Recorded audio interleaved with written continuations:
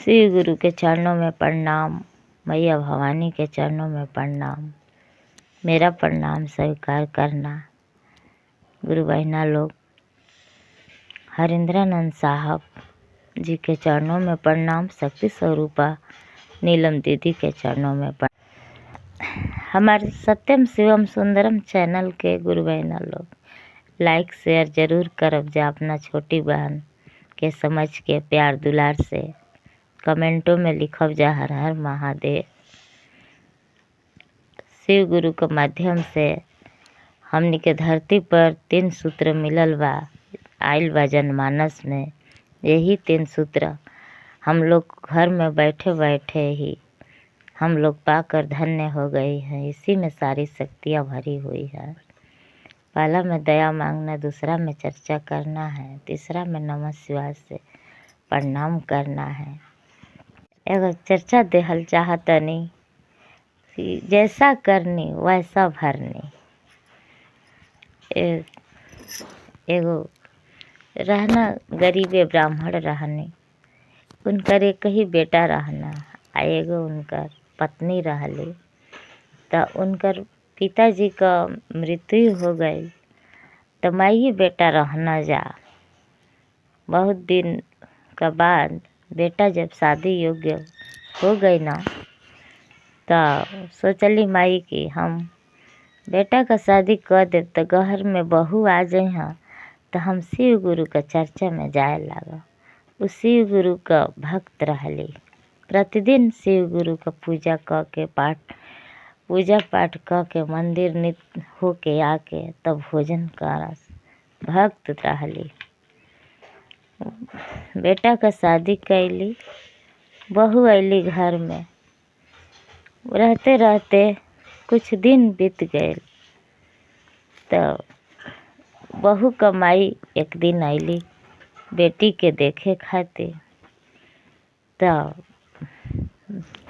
बहू कहली कि अब यही में चलहाकी लगावल जाए कि इके सहू मर जा हमार सासू माँ, कि हमार मलकाई हो जाए। चलती बहुत चलावत अली, कैसे ही इन मर जास। तो वो तो शिव गुरु का शिष्या रहली।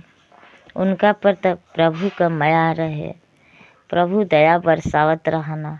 काहे से कि जे भी भगवान का शरण में रहे, तो भगवान के शरण में चली, सेवा करी, पूजा पाठ करी, चरण जे पखारी प्रभु का, तो के एक कदम शिष्या चली हैं तो प्रभु हमार गुरु जी 10 कदम चले वाला बना अपना शिष्या के साथ में। तो उसी प्रकार वो शिष्या रहली सासू जी। तो आइली उनकर माई, तो खाना वाना बनल, खाना वाना खा के कहली कि माई अपने माई के जमीन पर सुला दीह, हमारा माई के पलंग पर सुला दीह। कहने कि उनकर पति कहने कि ठीक बा। पति पलंग पर बिस्तर उस्तर लगा दे हने कि हमार माई मेहमान बन के आयल बिया, तहार माई तो रोजे के बाली।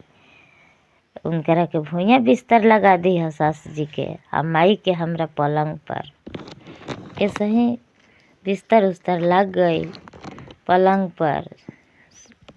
माई खाती उनकरा बहू का माई खाती आ बेटा का माई खाती भुइया जमीन पर बिस्तर लग गए के बाद में वो माता जी जौन बेटी का माता जी रहली, बहू का तो संस्कारिक रहली।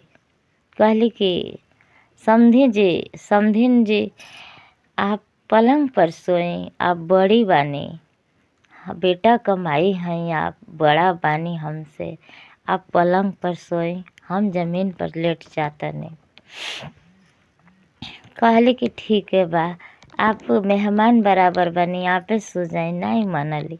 कहली नहीं, शोभा ना दे, आप समधिन जी हैं, हम बेटी कमाई हैं, आप बूढ़ बानी, बिस्तर पर पलंग पर आप सो जाए। सुत गए नहीं जा। इधर बहू चन्हाकी लगौली कि अब 2 गिलास दूध बनौली। एगो गिलास में जहर मिला देहली सासू जी खातिर, एगो गिलास में यही तरह दूध देहली मीठा मिला के अपना माई के, और पति से कहली कि ल हई गिलास जौन जमीन पर सुतल वाली ई गिलास दे दीह उनका के, आ हई गिलास दे दीह दूध का माई के। दोनों गिलास अलग अलग दे दीह। उ पति का समझाता ना, उ तो संपत्ति तो भोला भाला समझना कि दोनों मावे न है जा, माँ लोग है जा दोनों जन। दोनों गिलास का दूध ले जाके एगो जमीन पर जौन सुता रहली उनके दे देहना जहर वाला, आ जवन ऊपर पलंग पर रहली उनके बिना जहर वाला दे देहना। अब रात भइल, इनका तो मन में उमड़त रहे बात की त अब इनकर माई तो मर जाइ, अब हमार मलकाई हो जाए, हम शासन चलाए। लेकिन गुरु जी का कृपा अपरंपार होला। जेकरा पर गुरु जी सहाय हो जाना ओकर केहू कुछ ना बिगाड़ सकेला। गदहा जेकर गदा गुरु जी पहलवान बना तो गदहो पहलवान हो जाला। ऐसन स्थिति हो जाला, गुरु जी का ऐसन महिमा होला जी। तब गैली बहू देखिए, बहू का तो मन में फुटफुटी अमात रहे। रात वैसे सुनता नहीं, जाके उ देखी अली। अरे जाए देखे ना, आपका माई मर गइल बाली, उ तो देले रहली जहर, आपका माई मर गइल बाली, जाए देखी ना। तो जा कहत क्या चला, रात हो गइल बा, सवेर होई तो आदमी जान जाई कि माई इनकर मर गईली, और माई संगवे सुतरल जा का भइल। राते राते में दफना दिया, ना तो पुलिस पकड़ ले, हल्ला होई, हमनी का फंस जाए के। आ बूढ़ महतारी तहार रली ह। कहना पति तो भोला रहना, कहना कि ठीक है बा, तो का करी जा, अब तो दिन रही तो बाजा वजा बाजी तहरा माई खातिर, लेकिन बाजा का बाजी, चला एगो टीना ले ला, तनी टीने में बजावत चल चनी जा माई के बोड़ा में लेके। आपको कहना कि चला ठीक है बा, फेंक आई जा। ये जी बोड़ा में लेके बन के गठरी नियर माई के लाश के लेके कपार पर गईना, दोनों बेकत गईना जाना गंगा किनारे, ओमे फेंक देहना जा। तब बहू को तो खूब खुश रहली कि भला सासू जी मर गईली। लेकिन पति से कहली कि एगो गाना गाई ना, गाना गाई ना एगो। तो कहना कि हाँ, पति कहना कि हमारा गाना ना गावे आवेला, तो तू ही गावा ना, तू ही गावा, हमारा गाना ना आवेला। तो कहली तो का कहतली उनकर बहू, आज तो हर माई मरी गईली रामा, आज तो हर माई मरी गईली रामा, गंगा जी में बहलई जात बाड़ी रामा, गंगा जी में बहल जात बाली रामा जी, आज औरा माई मरी गई रामा। यही तरह कह के गा के अब घर के ओर चल देना जा। पति कहना कि चला घरे, तो कहना कि चला। और तो जानते रहना कि के मरल बा, लेकिन बतावत ना रहना। वो तो माया प्रभु जी का बा, बचाए वाला को प्रभु जी बचाए ना। ये धरती का मानस कलयुग में कौन है साथ देने वाला, जिसके शिव गुरु सहाय है उस पर सभी सहाय हैं।